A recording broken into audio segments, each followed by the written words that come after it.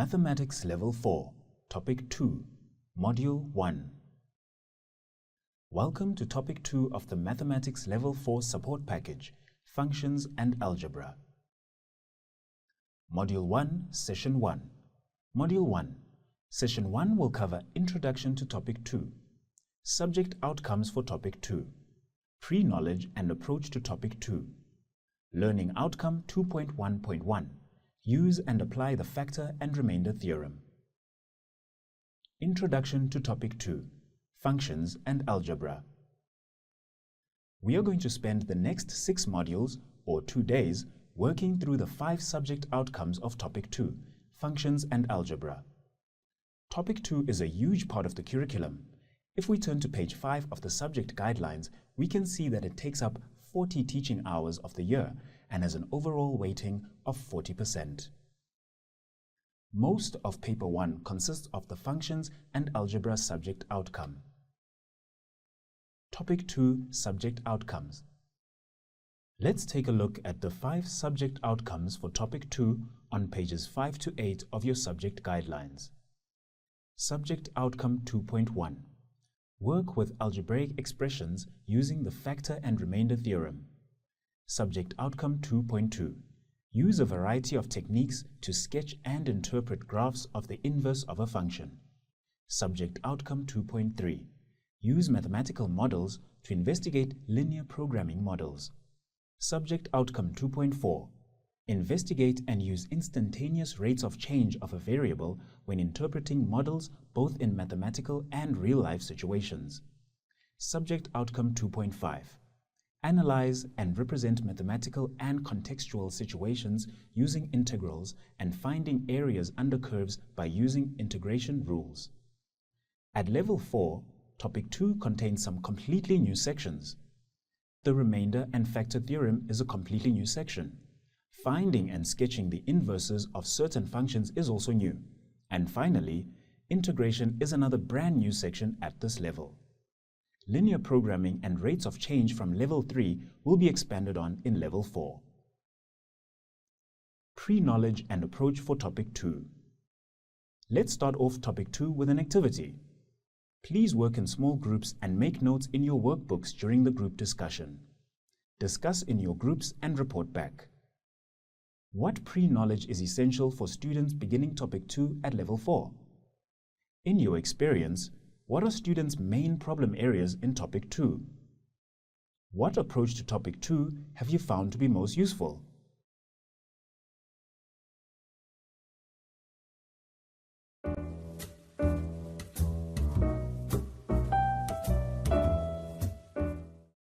Where should we begin teaching Topic 2?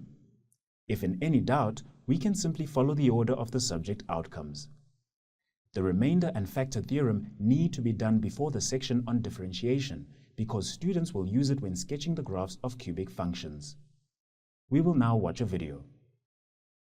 Hi, I'm Ivan Mapaling. Let us do factor and remainder theorem. Subject Outcome 2.1, Factor and Remainder Theorem Learning Outcomes. Factor and Remainder Theorem. Let's take a look at Subject Outcome 2.1 and its learning outcomes in more detail. You will find them on page 6 of your subject guidelines. Subject Outcome 2.1. Work with algebraic expressions using the remainder and factor theorems. By the end of Subject Outcome 2.1, your students should be able to use and apply the factor and remainder theorem to find the remainder, prove that an expression is a factor, find an unknown variable to make an expression a factor or to leave a remainder, factorize third-degree polynomials. The combination of factor and remainder theorem and inverse functions is weighted 25% in Paper 1. This is usually broken down as roughly 10% factor and remainder theorem, 15% inverse functions. Learning Outcome 2.1.1. Use and apply the factor and remainder theorems. Pre-knowledge for factor and remainder theorem.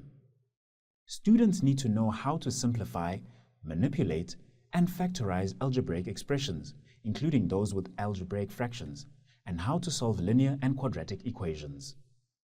To start off this section, It is helpful to check that students understand important terminology in algebra, such as polynomial, which is an expression composed of two or more terms. A term, numbers and variables separated by plus or minus signs. A coefficient, the numerical quantity multiplying any of the variables. Constant, a number or a letter representing a fixed number. And the degree of a polynomial, which refers to the highest power of the variable. Students should be able to identify when an algebraic expression is not a polynomial. The powers of the variables of a polynomial must all be positive whole numbers. Remind students of the link between factors and roots. Factorizing a polynomial allows you to find the roots, or x-intercepts of the polynomial. For example, this quadratic polynomial, x squared plus 2x minus 8 is factorized to two linear factors, x plus 4 and x minus 2. These two factors are then set to 0 to find the two roots, x equals negative 4 and x equals 2. Remind students, when they are working with a polynomial, they should make sure that it is written in descending powers of the variable. Remember, third-degree polynomials are also called cubic polynomials. Second-degree polynomials are also called quadratic polynomials, and first-degree polynomials are called linear polynomials. Let's take a look at the remainder theorem. The remainder theorem gives us a quick way to work out the remainder when a polynomial of higher degree is divided by a linear polynomial. It states that if a polynomial f of x is divided by a linear polynomial g of x equals ax plus b, then the remainder is equal to the value of the function at negative b divided by a. In other words, we simply need to substitute negative b divided by a into the function and simplify.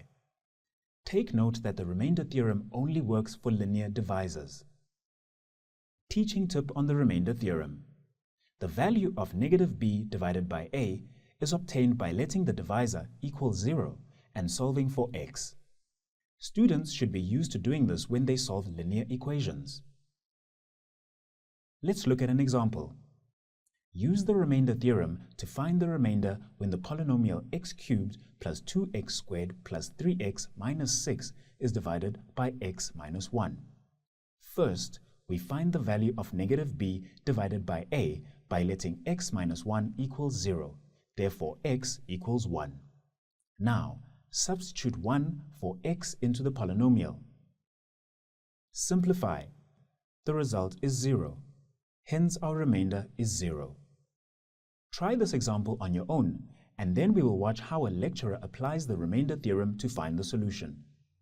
Use the remainder theorem to calculate the remainder 2x cubed plus 2x squared minus a minus 12x a squared plus 6a cubed all over x plus 3a.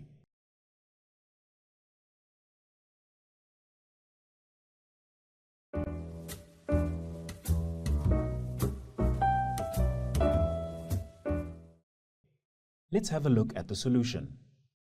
Applying the remainder theorem, you are given 2x cubed plus 2x squared minus a minus 12x squared plus 6a cubed all over x plus 3a. To begin with, let's focus at our denominator. You are given a denominator of x plus 3a. We must factor this to be equal to 0.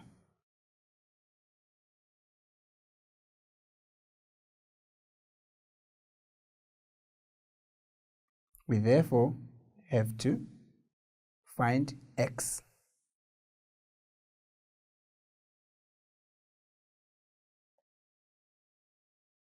This clearly makes it easy for us to see that x must be equal to minus 3a. We're therefore going to substitute that into our numerator.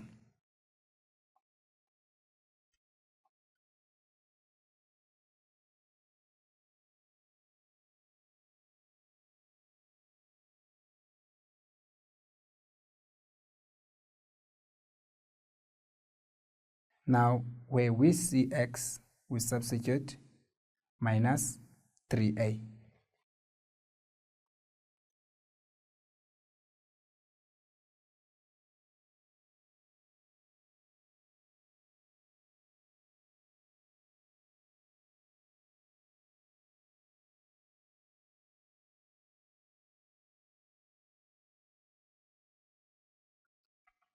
First step, we have substituted minus 3a in the place of x. Then we're gonna multiply. Now, we're gonna need to be very careful with one thing here. What we must understand here is that you will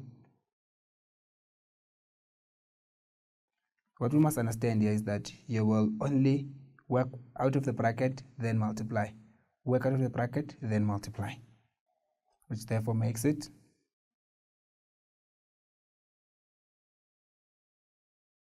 so minus 3 cubed is going to be equal to minus 27.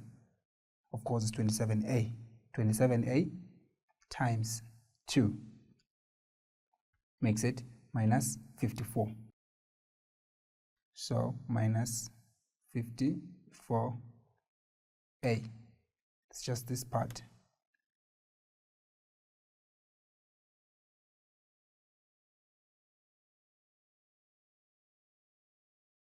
Which is positive 18a. Bring down the minus a. Then what you must do here, first open the bracket with this, then multiply with 12. So you will see that to multiply in terms of the same basis, you add your exponents. So it's going to be minus 3 times minus 12, which is positive 3 times 12, 36. So it's going to be 36 a to the power 3 plus 6a to the power 3.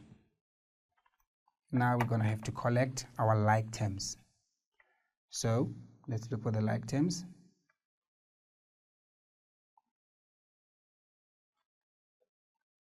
Let's look for the like terms.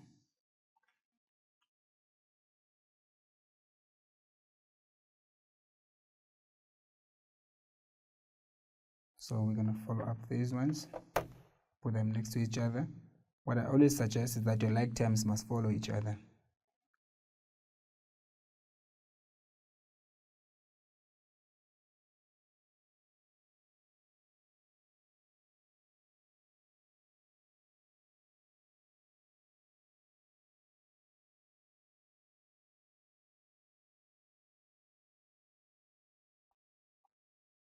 So we're going to work these ones out. You can easily say minus 54 plus 36 plus 6. Your answer is going to be equal to minus 12a cubed. The cubes, the power 3's are done, plus 18a squared minus a. That is your final answer. The remainder theorem leads directly to the factor theorem because if we find that the remainder is 0, it means that the divisor is actually a factor of the dividend. The factor theorem states, if f of x is a polynomial such that f of negative b divided by a equals 0, then ax plus b is a factor of f of x. Now we have a method to check whether a linear polynomial is a factor of a polynomial. This is clearly very useful for factorizing polynomials. Let's look at an example. You are given the polynomial f of x equals x cubed minus 3x squared plus 4x minus 12. Use the factor theorem to find out whether the following are factors. 1. G of x equals x minus 3, and 2. H of x equals x plus 4. Number 1. We need to find negative b divided by a for the polynomial x minus 3. Do this by setting x minus 3 equal to 0 and solving for x. The result is 3. Now, substitute 3 into the polynomial f of x. The answer is 0. This means that the remainder is 0, so g of x is a factor of f of x. Number 2. Find negative b divided by a for the polynomial x plus 4. Do this by setting the x plus 4 equal to 0 and solving for x. The result is negative 4. Now substitute negative 4 into the polynomial f of x. We get a remainder of negative 140. So h of x is not a factor of f of x. We asked the lecturer for his thoughts and some tips for teaching the factor and remainder theorem. Hey, this is a problem. Because the learners don't read. The first keyword in that question is prove that it is a factor. What does that mean? Substitute that value equated to 0. And when it meets that requirement, then it is a factor.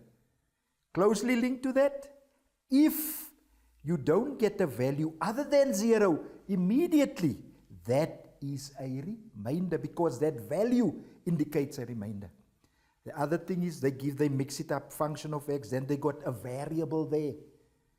Here you must also read. Then they tell you it is a factor, but they give a value.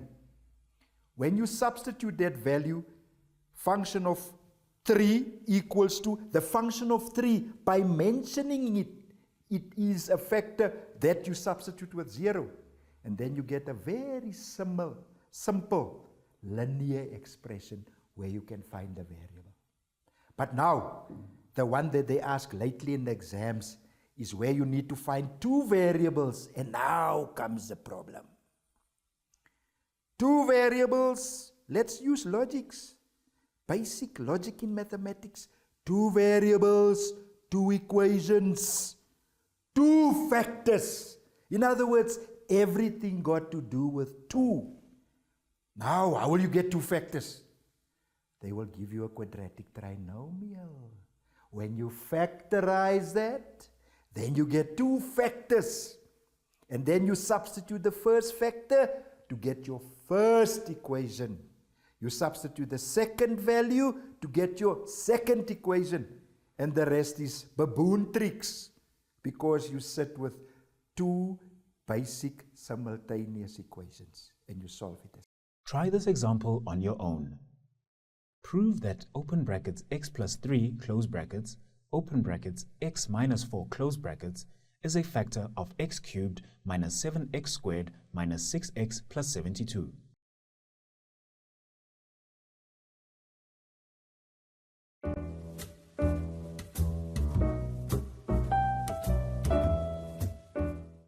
Let's watch a lecturer working through the solution. In this question, we want to prove whether x plus 3 or x minus 4, whether they are factors of x cubed minus 7x squared minus 6x plus 72. Right, now to start off, let's quickly look at x plus 3. Just equate that to 0 and let's get the x value. So x will be equal to, we take this over, right, and it will become negative 3. So wherever we see x, we will now use negative 3. Okay, let's do the other one as well. We have x minus 4 and we equate it to 0, so that will be x will be equal to, and we take that over, so it becomes x will be equal to 4.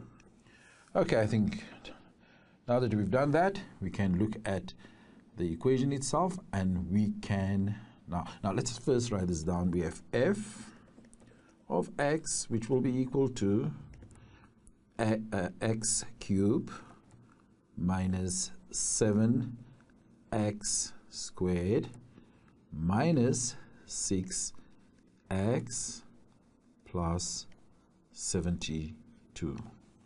Right, now if we are going to substitute x, let's say this will be f, and we substitute the x with 3. We're going to start with 3. So in the place of x, we will substitute it with 3. So now we will have is equal to, you've got an x, so this will be, we'll just put that brackets to show that we have substituted over the cube. And then we have minus 7, substitute the x with 3, and it will be squared. And then we have minus 6, substitute the x with 3, and then we have plus 72. Okay, this will be equal to, right, so we have the first number will be, we have, yeah, I can see what I did wrong here. So this was supposed to be a negative. I was thinking what's wrong here, what's happening, that's negative. We have to be careful with that, né? Okay, so if that is negative, our answer will then be negative 27. And the next answer will be negative, is that true, negative? Yeah, negative 63.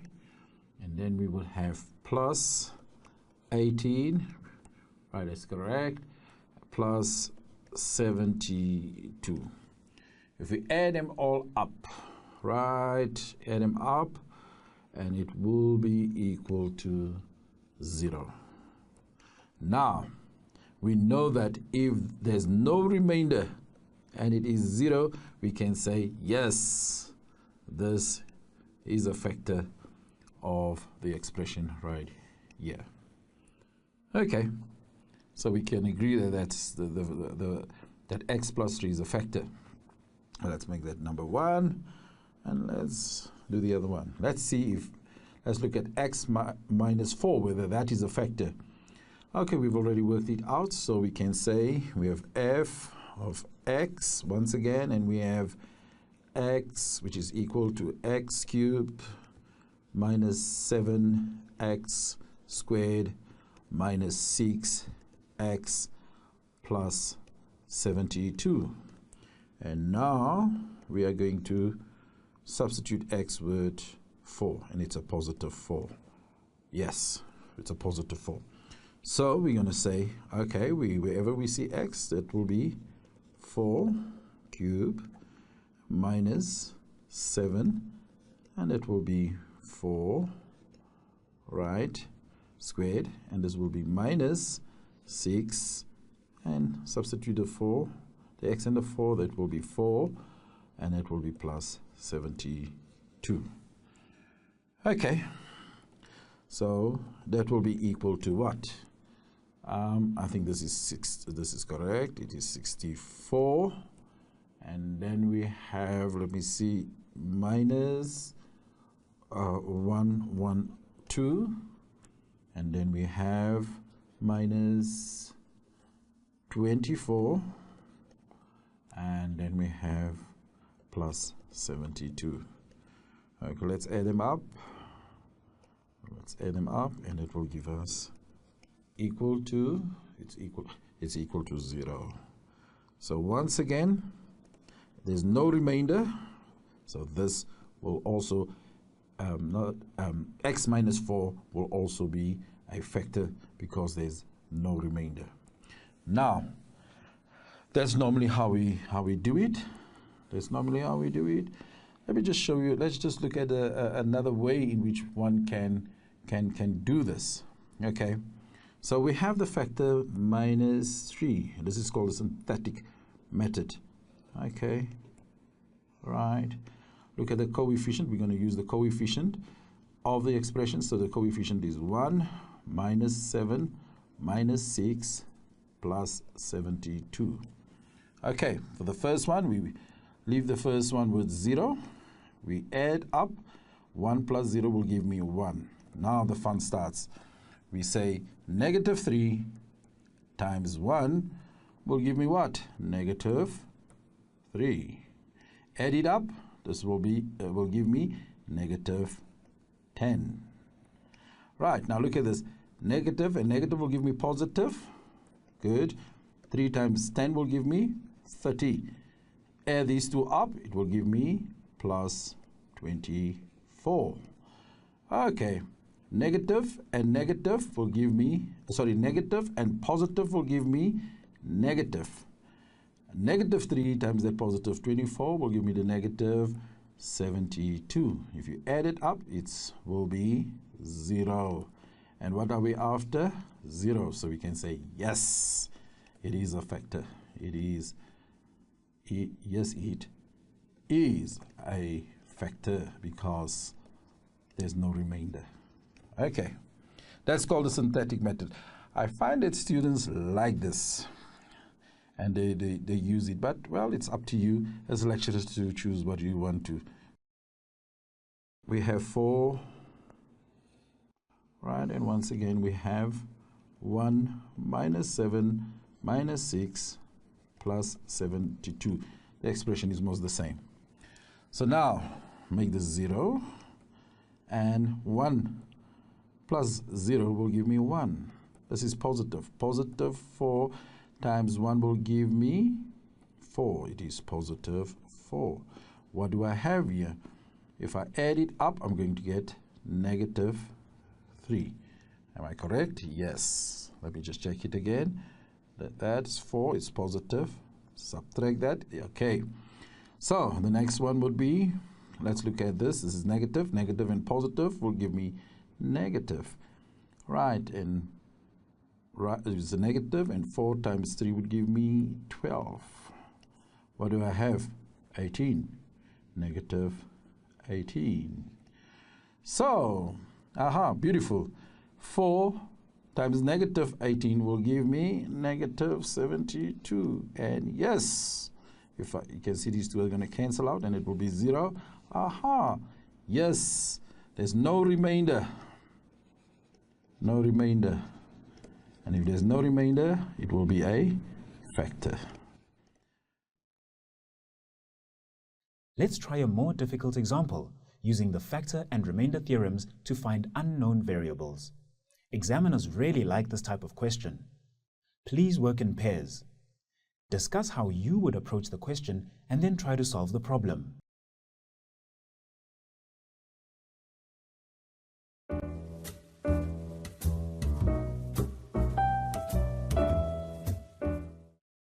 Let's have a look at a lecturer working through the solution. This is a question that relates to factor and remainder theorem, which reads as follows. If p squared plus p minus 2 is a factor of the function of p equals to p to the power 4 minus mp to the power 3 minus 5p to the power 2 plus 8p minus n. Calculate the values of m and n. Now it's very important, first of all, to understand this question.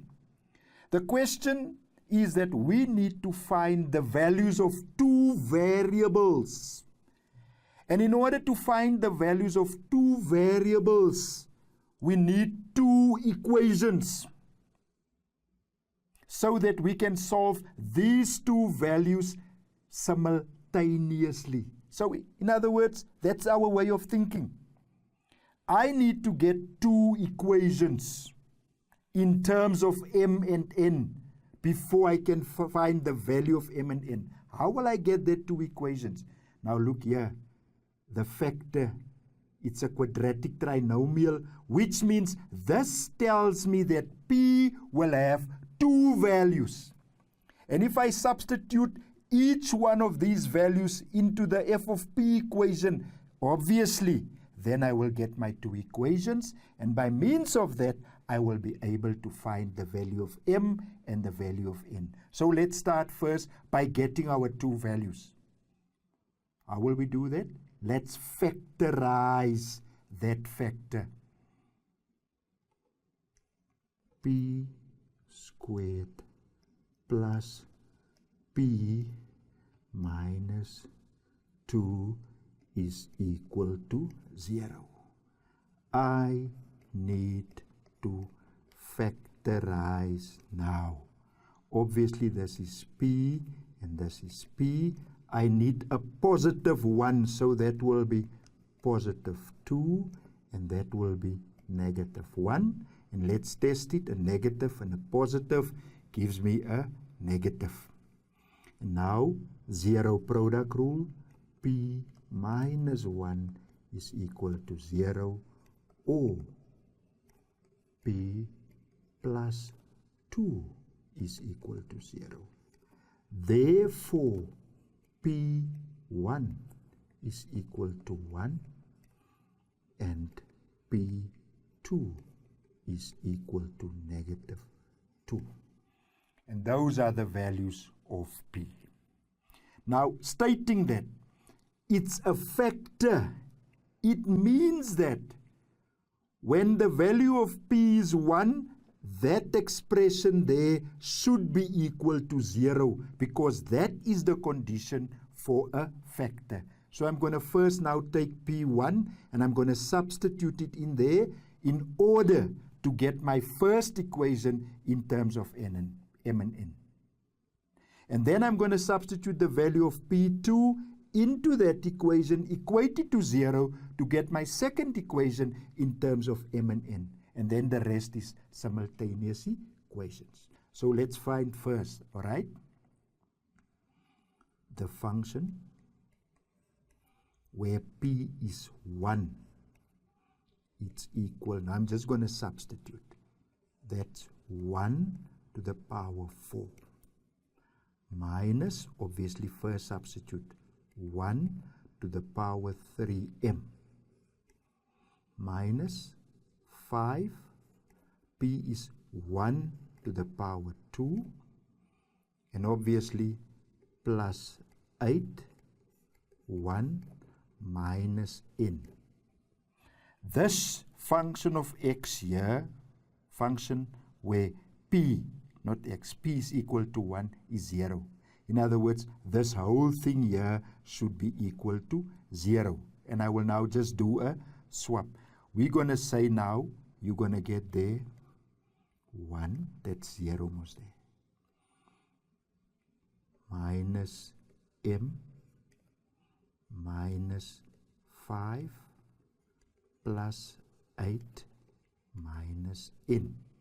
And our first equation here will be, obviously you can see there, 0 minus m minus n. And then obviously that is 9 minus 5, that is equal to 4. Obviously plus 4. So if I arrange it in a better form, let's move it over, m, right? Move the n also over, plus n, it is equal to 4. And that will be equation number 1. Now the second one, where we substitute the second value. The function where P is negative 2 is equal to, again there, negative 2 to the power 4, obviously minus negative 2 to the power 3m minus 5 negative 2 to the power 2 plus 8 negative 2 minus n. 0, because it is a factor, that's why it's 0. That is 16, because negative 2, negative 2, negative 2, negative 2, that's 4 negatives, that gives you a positive. Minus, obviously, this will be minus 8. M.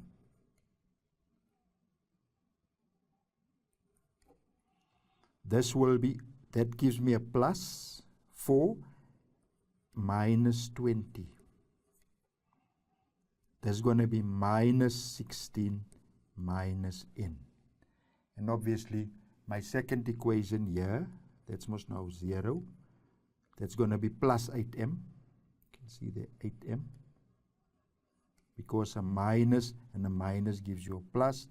And then obviously minus n. And then here, plus 16 and minus 16, minus 20. And then obviously, what will I get as my second equation here? It is already positive there, so keep it. 8m minus n, and then I move the 20 now over, is equal to positive 20, and that is equation number 2.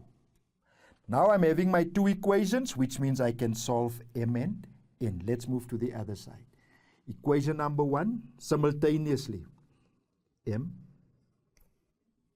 plus n is equal to 4. Equation number 2, 8m minus n, that is equal to 20. And now, what's happening here? The coefficients of n's are the same and the signs differ. So I'm going to add equation 1 to equation number 2. And what will you get there? 1m plus 8m, that gives you 9m. And that is equal to 24. Therefore, m is equal to 24 over 9. And if you simplify that, 3 goes in there 8 times, 3 goes in 9 3 times. And that's the value of m. Then from equation number 1,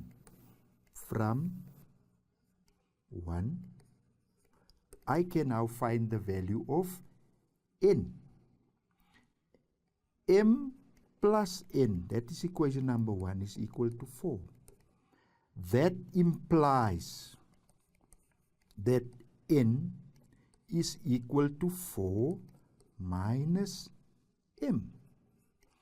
And now I'm going to substitute. It's 4 minus 8 over 3. And obviously your answer there for n will be equal to 4 over 3. And that's the values of m and n. That we answer the question. Calculate the values of m. m is equal to 8 over 3. Calculate the values of n. n is equal to 4 over 3. So we have answered the question.